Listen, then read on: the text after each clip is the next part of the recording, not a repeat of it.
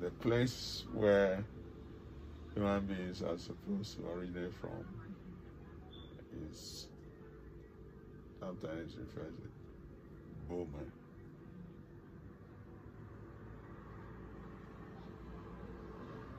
And occasionally things can happen to you and you undergo a certain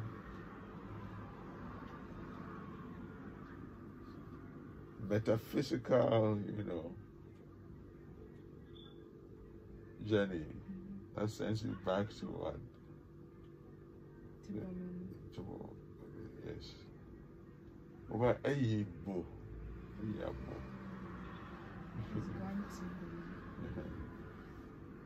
Like while living.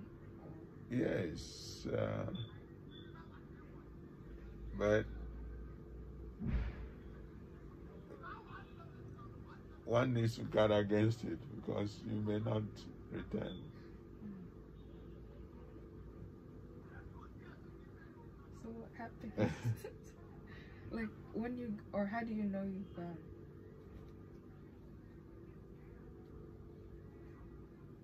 Sometimes when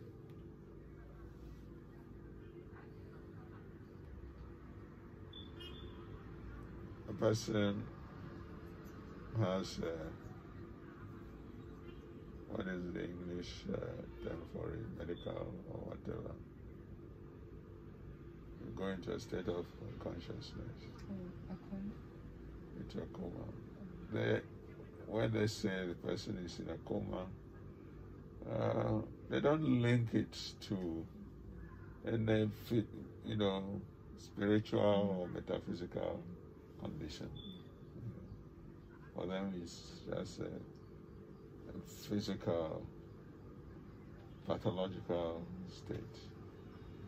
For us, it's more than that in certain situations.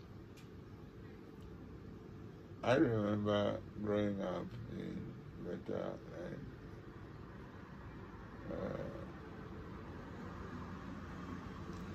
and experiencing several occasions in which a baby goes into what we may call a coma.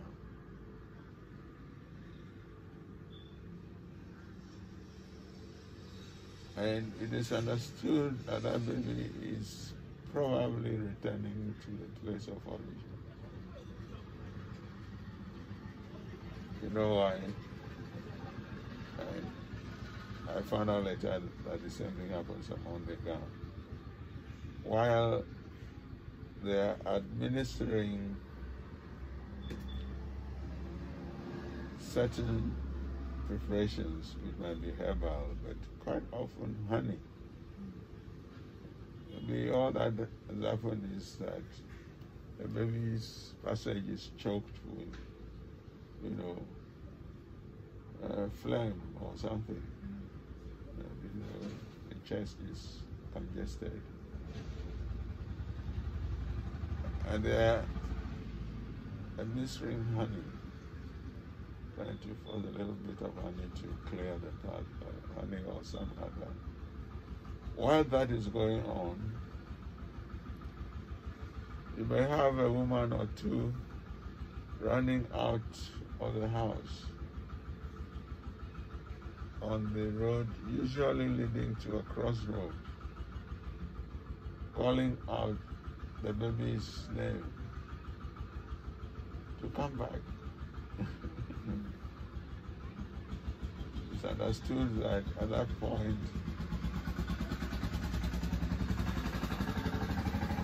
even though what has happened may be a pathological condition, the soul might desert the body. So while they are trying to revive the body, somebody is, wailing towards the crossroads, calling the baby's name to come back, please. Don't abandon us like that. Come. I discovered later that it used to be done among the Brown people also. So clearly then it's understood that there is a place from which we come. And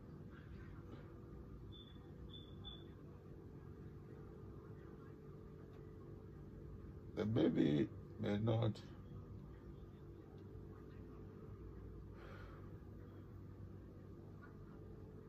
understood that there's probably it probably doesn't intend to last. It's probably just a visitor for now until it survives the first 7 days. That's when traditionally they'll do the outdooring and give it a name. You see, formally outdooring and naming ceremony. But you don't do it until after the 6th day or the 7th day.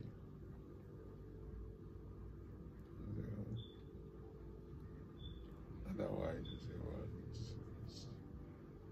we didn't really intend to be here.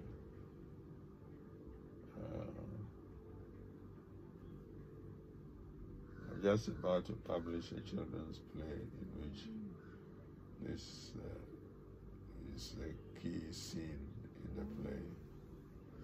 Where do babies come from?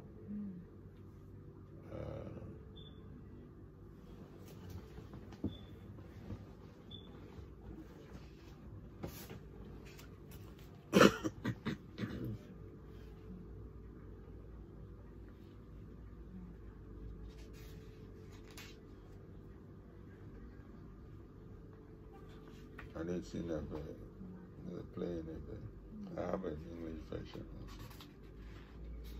So where will it be? It has not been officially released yet, so it's been published by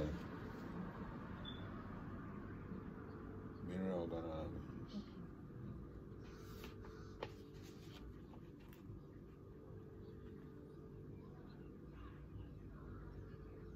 So this is a baby that looks deformed somewhat.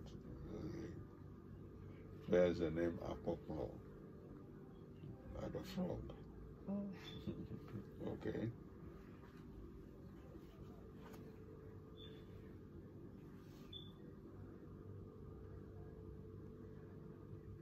So it's in conversation with, Achu.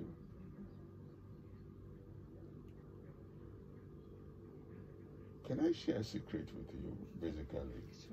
Sure. That's what he's asking his friend. Okay. He said, yes. Okay.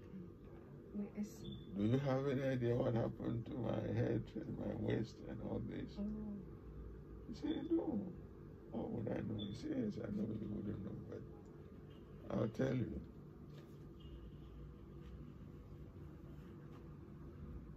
That day, that's the day of his birth. Bama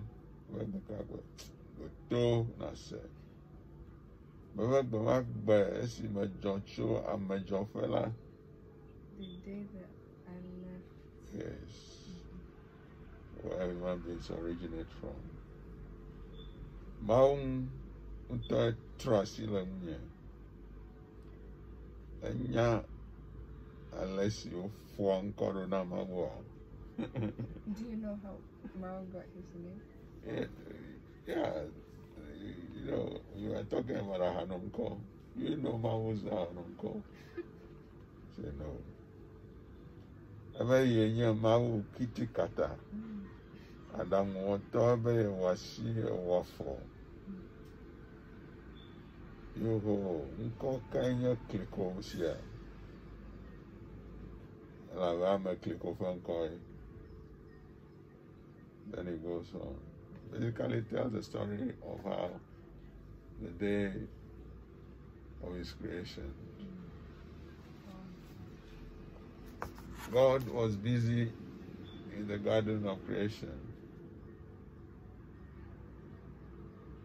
molding babies with clay before breathing life into them. Mothers waiting for their babies down here.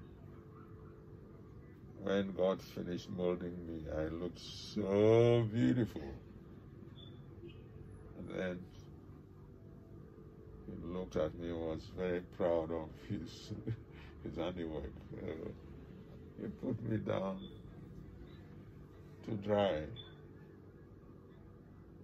But for some reason, there was so much pressure on him that the next baby he created was really quite ugly.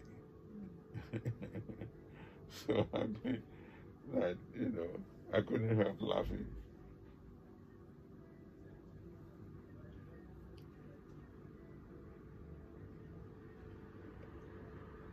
And God got upset.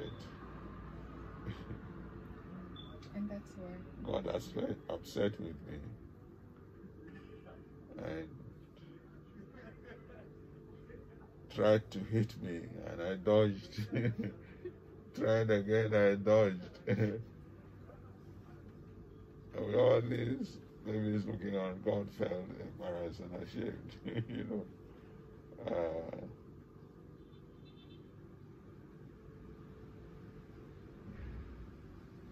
It took me by surprise and clamped my heads together. And what a pain there was. So before he could hit me again, I jumped and started running and jumped into my mother's stomach. That's how come. But I wasn't fully dried. That's how come my waist or my stomach or whatever sank into my waist, and I became frog-like. That's why they call me Apoplo. So here, I'm using the stories I've heard about from our people about creation, that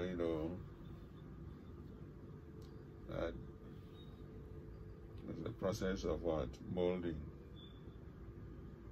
babies with clay and then breathing into them. And mothers are waiting for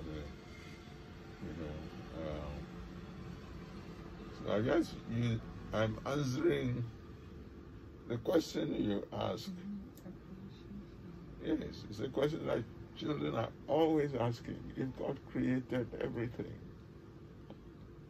how did I come into my mother's stomach?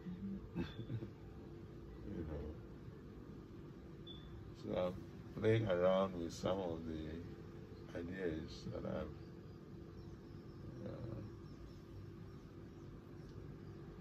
you can't answer them with any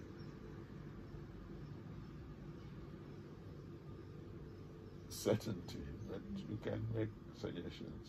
You can,